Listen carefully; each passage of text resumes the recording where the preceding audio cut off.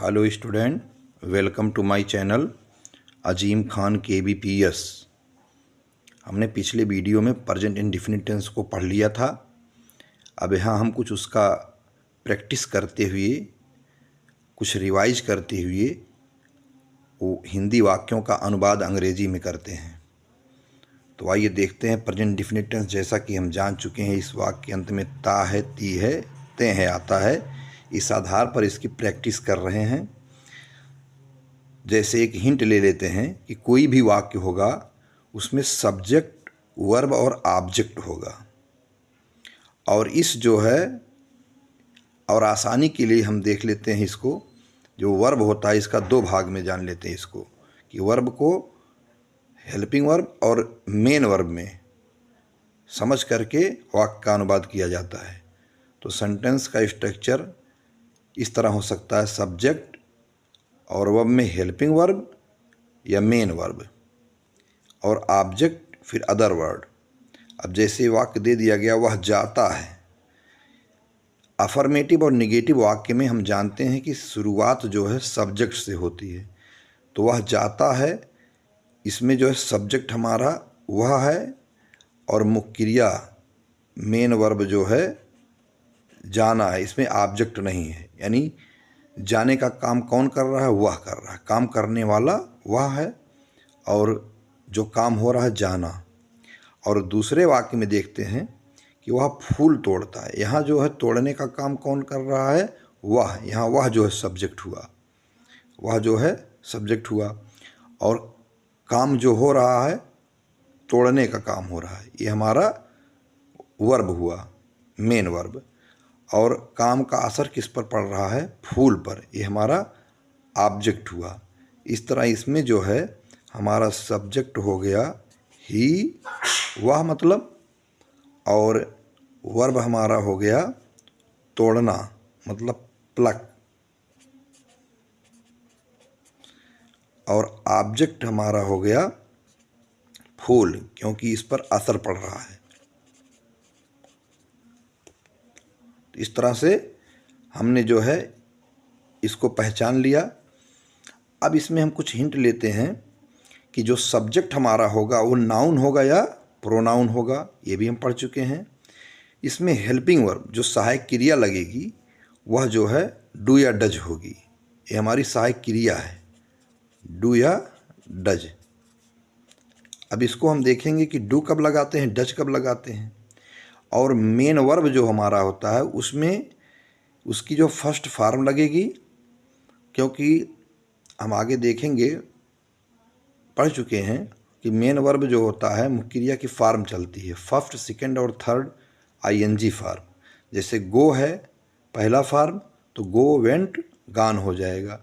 यानी जैसे गो है तो इसमें जो है अगर यस लगाना है तो गोज हो गया, और अगर जो है फार्म इसका देखना है तो गो, वेंट, गॉन, इसका जो फार्म चलता है इस तरह से। लेकिन हमको यहाँ फर्स्ट फार्म से मतलब है, गो से। तो अब इसमें यस या ES कब लगाते हैं? जैसे गो में ES लगा दिए, गोज हो गया। रन में रंस, यस लगा दिए, रंस हो गया। एक कब लगाया जाता है इसको देखते हैं कि यदि वाक्य अफर्मेटिव होता है, अफर्मेटिव साधारण वाक्य जिसमें ना तो नहीं आएगा और ना तो कोई क्वेश्चन किया जाएगा, तब उस समय हम जो है देखेंगे वाक्य में कि सब्जेक्ट हमारा, यानी जैसे यहाँ पे वह, सब्जेक्ट हमारा सिंगुलर है, उसमें ही, सी, इट है अगर, तो मेन वर्ब की फर्स्ट फॉर्म में यस ES लगा देते हैं। और यदि हमारा सब्जेक्ट प्लूरल है, I, we, you तथा दे, तो मेन वर्ब की फर्स्ट फॉर्म में यस ES नहीं लगाते हैं। इसको ध्यान में रखते हुए हम वाक्य को हल करते हैं। और रही बात डू डज, जो हेल्पिंग वर्ब हमने यहाँ बताया, तो कब डू कब डज देख लेते हैं। जब सब्जेक्ट हमारा सिंगुलर होगा, यानी यही चीज़ ही, सी, इट, और सिंगुलर, तो हम डज लगाएंगे। और जब हमारा सब्जेक्ट प्लूरल होगा, बहुवचन, तो डू लगाएंगे। अब इस आधार पर हम वाक्य को हल करते हैं। जैसे यहाँ लिखा गया, वह फूल तोड़ता है। हमने समझ लिया था कि इसमें वह सब्जेक्ट है, फूल ऑब्जेक्ट है, और तोड़ना मुख्य क्रिया है। तो इसको इस ट्रिक पर हल करते हैं जो ये ट्रिक हमारा दिया गया है, सबसे पहले सब्जेक्ट वह यानी ही लिख देते हैं। उसके बाद फर्स्ट फॉर्म में यस ई एस जोड़ेंगे कि नहीं जोड़ेंगे? जोड़ेंगे, क्योंकि वह एक वचन है। तो तोड़ना मुख्य क्रिया है। इसका जो है फर्स्ट फॉर्म प्लग होगा, PLUCK प्लग। इसमें यस जोड़ देंगे, प्लक्स हो गया। उसके बाद ऑब्जेक्ट, ऑब्जेक्ट हमारा फूल हुआ, तो ही प्लक्स द फ्लावर।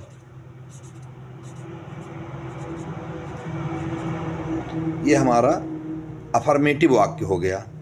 अब इसके बाद देखते हैं निगेटिव वाक्य। वे बाजार में नहीं रहते हैं। ये हमारा अफर्मेटिव वाक्य हुआ, क्योंकि देख रहे हैं ना तो इसमें नॉट आया है और ना तो कोई क्वेश्चन किया गया है, तो ये हमारा अफर्मेटिव साधारण वाक्य हुआ। अब दूसरा हम देख रहे हैं वे बाजार में नहीं रहते, यहाँ नहीं शब्द आ गया है। नहीं को देखते हुए हम समझ जाएंगे ये वाक्य निगेटिव है। अब निगेटिव वाक्य जब है, नकारात्मक वाक्य, तो इसमें जो है इसके अनुसार सॉल्व करेंगे। सबसे पहले सब्जेक्ट वे की अंग्रेजी हमने लिख दिया दे। अब देखते हैं कि ये दे हमारा एक वचन है या बहुवचन है, सिंगुलर है या प्लूरल। तो इसको यहाँ से देख लेते हैं कि सब्जेक्ट IVU दे, ये प्लूरल बहुवचन में आते हैं। तो दे हमारा बहुवचन है, इसलिए हम दे के साथ डू या डज में से डू लिखेंगे और आगे नहीं की अंग्रेजी नॉट लिख देते हैं। और फिर जो है मेन वर्ब की फर्स्ट फॉर्म यानी रहना की अंग्रेजी लिख देंगे लिव। और उसके बाद ऑब्जेक्ट हमारा है इन द मार्केट।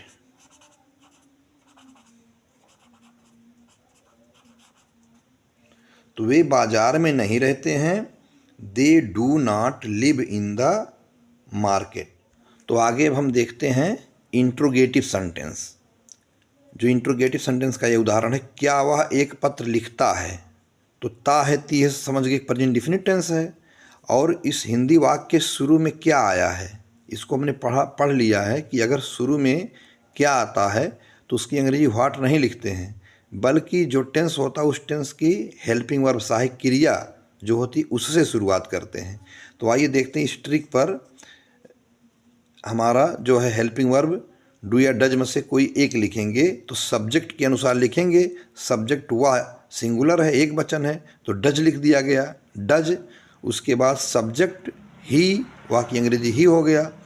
फिर मेन वर्ब यानी लिखना, लिखना का जो है first form right, does he right. उसके बाद ऑब्जेक्ट ए लेटर। इस तरह से वाक्य क्या वह एक पत्र लिखता है, इसका अनुवाद हुआ does he write a letter, last में क्वेश्चन मार्क।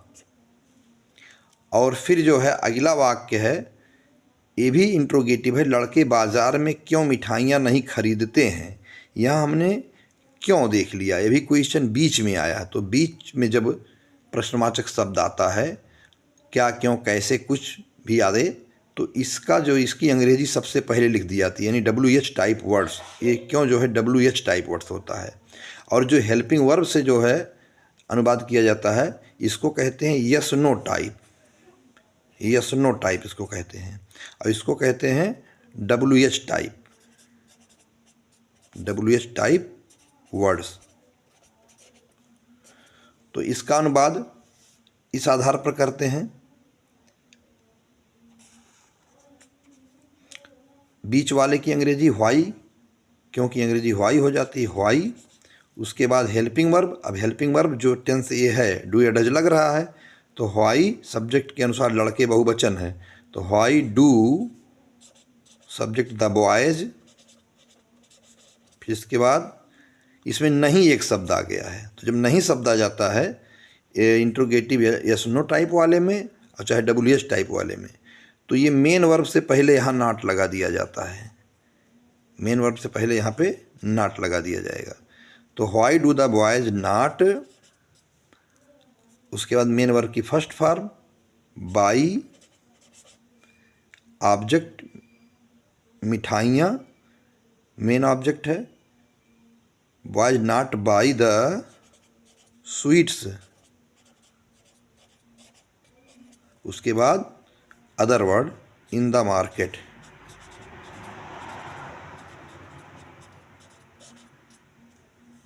इस तरह से इंट्रोगेटिव वाक्य भी हमारा समाप्त हुआ। इंट्रोगेटिव वाक्य जो हिंदी में है उसका अंग्रेजी में अनुवाद किया गया।